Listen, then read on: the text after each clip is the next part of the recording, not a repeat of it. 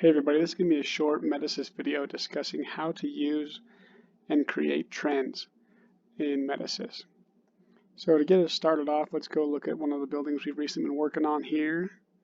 In Hyper, we just redid this system, Hyper 2 Office System. So once you're in Metasys, under All Items, you're going to expand the NAE and go to the trunk that has all the controllers, or the Field Bus MSTP, expand that.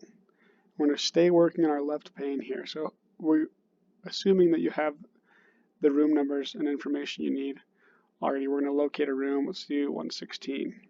We're going to expand that point, and we're going to select the points we want to trend. So let's say they're having problems with their temperature, and we think that they might not be enough air or the heating valve is failing. So we're going to select some points. So we're going to click it. It's going to turn blue. And to do multiple points, hold down the control key and select the other points you want to bring in. Okay, so I've got 4 here. We're going to go to View, Trend Viewer, click. It's going to take a second to compile this information for us. You're probably thinking, oh, don't you want discharge air temperature too if you're trying to find that data? Yeah, I do, so I'm going to click over here, click it, drag it over, and bring it in. I have my discharge air temperature also with the green blocks.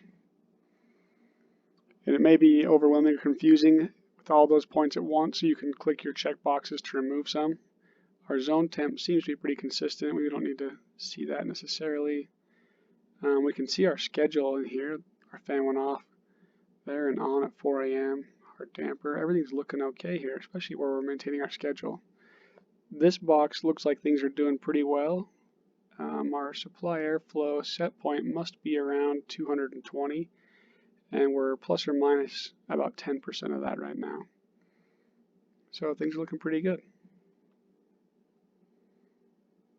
If you want to get more details or a little bit closer view of these, you can click and drag and scale the graph. I shouldn't use the word scale because we're remaining the same values over here. Sometimes it's easier to view if you change your y-axis. You can click either one of these 2 points to toggle back and forth between how the graph is viewed. So if we click over to this one, each graph has its own y-axis. You can see all the different 0 values. We can toggle it back. And then we don't really care about this unoccupied time here, so we can click the magnifying glass and click and drag this little window to the area we're more focused on. And it makes it a little bit bigger and easier to see. And then the last thing we're going to look at is we're going to release our magnifying glass, how we look at data that's not in this what I call the quick graph, some of the data that goes to the repository for long-term studies. So we're going to click on our little book right here, Display Definition View, and you can see under our categories, start date.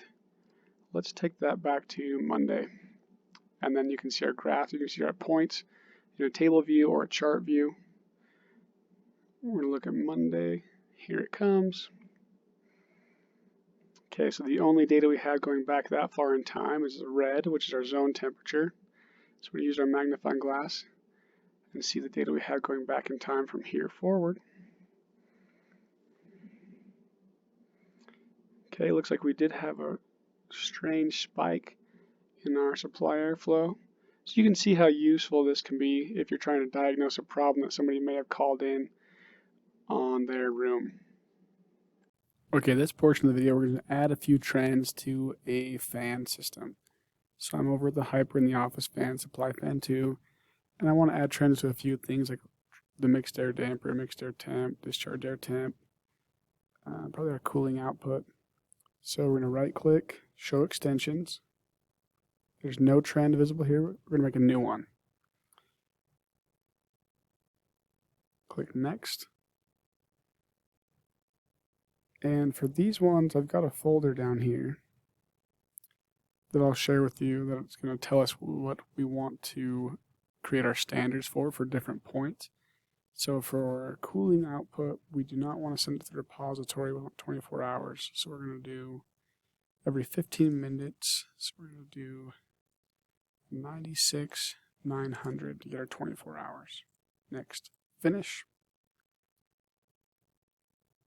Done. There's our trend. So we're going to do our discharge air temperature, show extensions.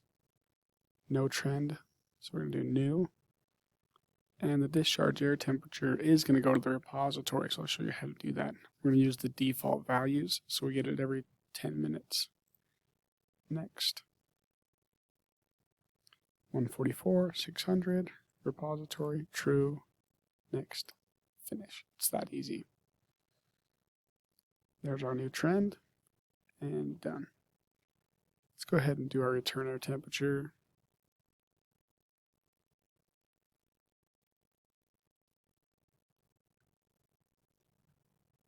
New trend, next. We're going to match the last one with our defaults. Send this to our repository, false. Nope, not on that one. Finish. Done. You kind of get the idea. So now we can go over here into our supply fan and get our points and say, okay, we want our cooling output. We have our hold the control button, discharge air temperature, return air temperature, view, trend viewer. Now we just barely started these trends, so there will be no history on these, but the trend viewer is available. Okay, in this portion of the video, we're going to go over trending a binary point. So in this case, I'm over at Old Main at Champ Hall, looking at some supplemental heating. So we can see our point here, right click, view it, and it says object type BO, binary output, which is meaning on or off, or to state, 1, 0. Down here in display states text on or off. And we don't show a trend here. When we view the points, we need to add one. Right click, show extensions, new trend, next. And this one's going to be unique because it's an on and off binary point, and we don't want to have a trend for every 600 seconds, every 10 minutes, if it's not going to change very often. So what we're going to do is we have a buffer size of 30. We'll have 30 values and a sample interval of 0. What that does for us is anytime it changes values, we'll get a recording in our trend. We don't want the repository, so leave that as false. Next, finish, and there's our trend. This is the trend standard sheet I told you I'd leave with you at the end of the video. I'll also make this available in the iDrive, so you don't have to watch the video every time you want to access this.